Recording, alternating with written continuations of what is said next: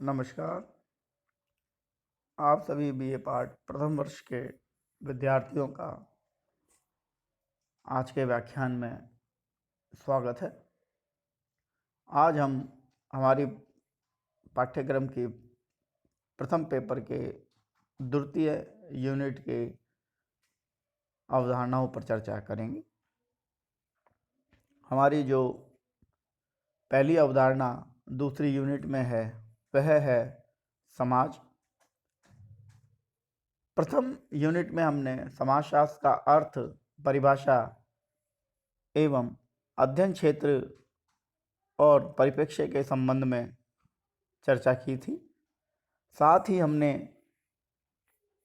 समाजशास्त्र का समाज विज्ञान के अन्य विषयों के साथ समानताएं, अंतर अर्थात संबंधों पर चर्चा की थी।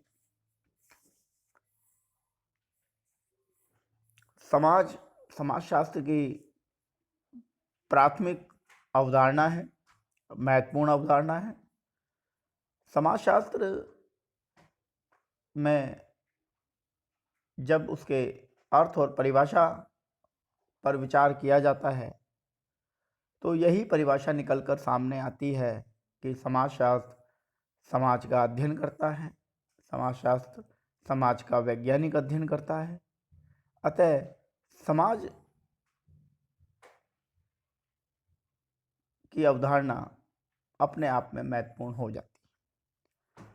समाजशास्त्र में समाज शब्द का प्रयोग दो स्वरूपों में किया जाता है। प्रथम स्वरूप है समाज, जो कि अमूर्त है, दिखाई नहीं देता है। दूसरा है एक समाज, जो कि दिखाई देता है। समाज को सामाजिक संबंधों, सामाजिक अंतःक्रियाओं के एक जाल के रूप में परिभाषित किया जा सकता है। परिवर्तनशीलता, गत्यात्मकता और अमूर्तता इसके प्रमुख गुण हैं। गिडिन्स के अनुसार समाज एक संगठन है, एक संघ है, औपचारिक संबंधों का योग है जिसमें सहयोगी व्यक्ति परस्पर क्रिया करते हैं, साथ रहते हैं। र्यूटर के अनुसार समाज एक अमूर्त शब्द है जो समूह के सदस्यों में तथा उनके बीच पारस्परिक संबंधों की जटिलता का बोध कराता है।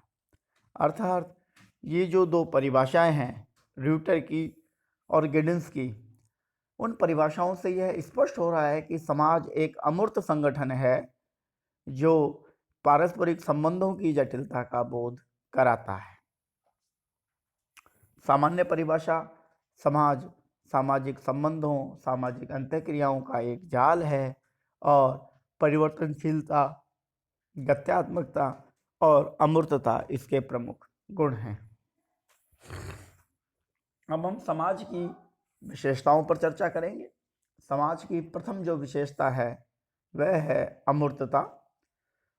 समाज व्यक्तियों का एक समूह नहीं है, अपितु यह समूह के सदस्यों के बीच स्थापित संबंधों की एक व्यवस्था है। इस व्यवस्था का अनुभव किया जा सकता है।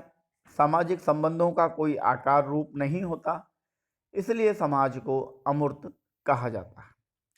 समाज की जो पहली विशेषता है अमूर्तता, वह समाज की परिभाषा से स्पष्ट रूप से निकलकर सामने आती है।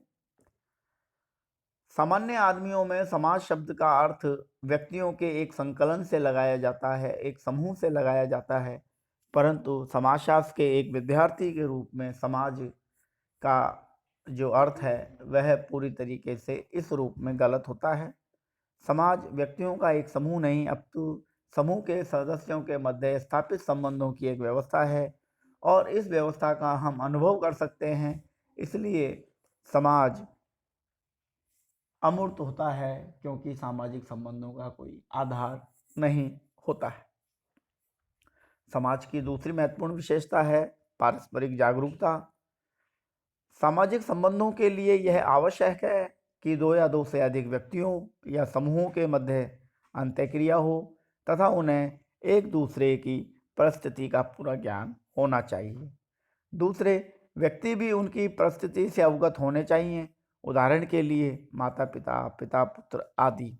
अर्थात दूसरी विशेषता पारस्परिक जागरूकता की है। एक व्यक्ति का दूसरे व्यक्ति के साथ क्या संबंध है, इसके लिए दोनों व्यक्तियों में जागरूकता होनी चाहिए। साथ ही जब एक व्यक्ति दूसरे व्यक्ति की परिस्थिति का पूरा ज्ञान कर लेता है, उसी के पश्चात सामाजिक संबंधों में पारस्परिकता आती है। समाज में सहयोग एवं संघर्ष, यह समाज की तीसरी महत्वपूर्ण विशेषता है। समाजशास्त्रियों का मानना है कि समाज में यदि सहयोग ही सहयोग होगा और संघर्ष जैसी अवधारणा नहीं होगी तो समाज का अस्तित्व नहीं रह सकता। और इसी तरह यदि समाज में संघर्ष ही संघर्ष होगा और सहयोग नहीं होगा तो भी समाज का अस्तित्व नहीं रह सकता।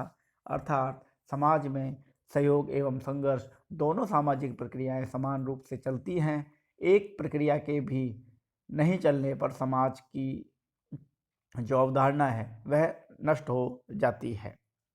इसीलिए मैकाइवर एवं पेज लिखते हैं कि समाज सहयोग है जो संघर्ष से गुजरता है।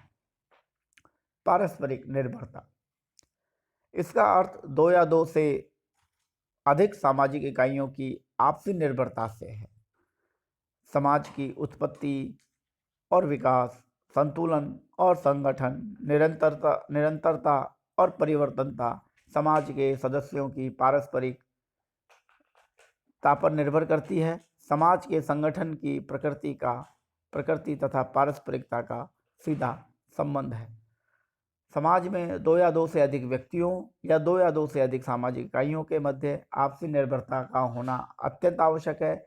आपसी निर्भरता के अभाव में सामाजिक संबंधों का निर्माण नहीं होगा और सामाजिक संबंधों के अभाव में समाज की कल्पना भी नहीं की जा सकती है।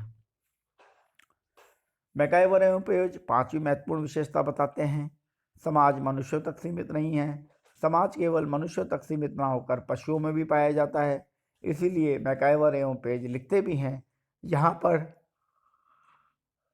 भी जीवन है वहीं समाज है। इसका तात्पर्य यही है कि सभी जीवधारियों के अपने समाज होते हैं। चींटियों तथा मधुमक्खियों का भी समाज होता है, परंतु समाजशास्त्र के अंतर्गत हम पशु समाज का अध्ययन ना करके मानव समाज का अध्ययन करते हैं। समाज परिवर्तनशील एवं जटिल व्यवस्था है। सामाजिक परिवर्तन एक सार्वभौमिक प्रक्रिया है। विभिन्न कारणों से सामाजिक संबंधों में भी परिवर्तन आता रहता है। व्यक्तियों की परिस्थिति एवं भूमिकाएं भी बदलती रहती है। इसलिए समाज परिवर्तनशील है और जो भी व्यवस्थाएं परिवर्तनशील होती हैं वह अपने आप में जटिल हो जाती हैं। इस तरह हमने आज समाज की 6 विशेषताओं पर चर्चा करी। अब हम समाज से संबंधित जो दूसरी अवधारणा है एक समाज, उस पर चर्चा करेंगे। एक समाज का अर्थ व्यक्तियों के ऐसे समूह से है जो सामान्य जीवन में भागीदार हों। उदाहरण के लिए ईसाई समाज, मुस्लिम समाज। एक समाज शब्द से समान जीवन विधि या संस्कृति का बोध होता है। इसी संबंध में र्यूटर भी लिखते हैं कि एक समाज से बिल्कुल भिन्न एक संगठन है जिसकी सहायता से व्यक्ति अपना सामान्य जीवन व्यतीत करता है। अर्थात एक समाज की परिभाषा से यह स्पष्ट होता है कि एक समाज व्यक्तियों का एक मूर्त संगठन है और इसमें व्यक्ति अपना जीवन व्यतीत करते हैं। उदाहरण के लिए ईसाई समाज, मुस्लिम समाज ये दिखाई देने वाले समाज हैं और एक सामान्य संस्कृति का बोध इनसे होता है, इसीलिए इन्हें एक समाज कहा जाता है। अब हम हमारी जो समाज और एक समाज में जो अंतर हैं उस पर चर्चा करेंगे। समाज सामाजिक संबंधों का एक जाल होता है, जबकि एक समाज व्यक्तियों का एक समूह होता है।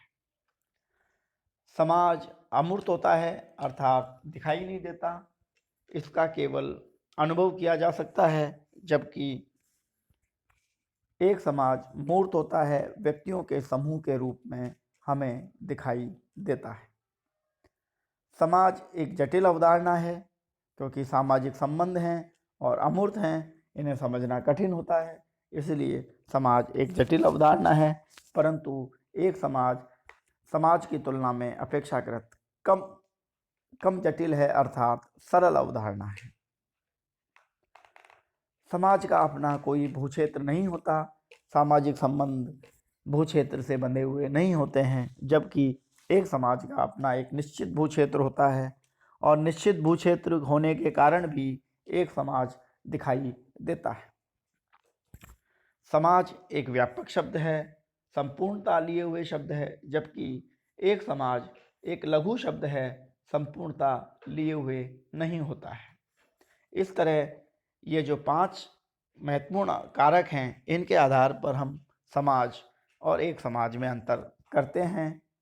पहला मूर्तता अमूर्तता के रूप में, जटिलता सरलता के रूप में, भूक्षेत्र और निश्चित क्षेत्र के रूप में, व्यापकता और लघुता के रूप में, और व्यक्तियों का समूह एवं सामाजिक संबंधों के रूप में हम इनमें अंतर स्थापित करते हैं।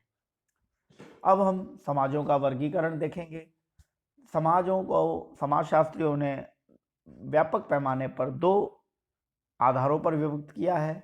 एक तरफ समाजशास्त्री सरल समाज की अवधारणा रखते हैं, दूसरी तरफ समाजशास्त्री जटिल समाज की अवधारणा रखते हैं। समाजशास्त्रियों ने सरल समाज को उदाहरण 4 दिए हैं: शिकार और एकत्रीकरण करने वाला समाज, पशुचारी समाज, अस्थायी कृषि समाज और स्थायी कृषि समाज। यह मानव के उद्विकास की प्राथमिक अवस्थाएं भी हैं, जिनमें मानव ने सर्वप्रथम शिकार और संकलन के माध्यम से अपना जीवन यापन किया था। इसलिए उस समय का जो समाज था वह सरल समाज था। इसके पश्चात जब मानव ने पशुओं को पालना शुरू किया और पशुओं को पालने के माध्यम से उन्होंने पशु उत्पादों पर जीवन जीना निर्मित किया, तो वह उसकी शिकारी और संकलनकर्ता के अगली स्टेज थी, और यह भी समाज सरल समाज था। पशुचारी समाज भी सरल समाज के अंतर्गत समाजशास्त्रियों ने रखा है। इसके पश्चात अस्थायी कृषि समाज, जिसमें व्यक्ति ने पशु पालन के पश्चात कृषि करना तो सीखा, लेकिन कृषि का जो निश्चित क्षेत्र था उसको वह परिवर्तित करता रहा। अस्थायी कृषि समाज भी सरल समाज के अंतर्गत समाजशास्त्री रखते हैं।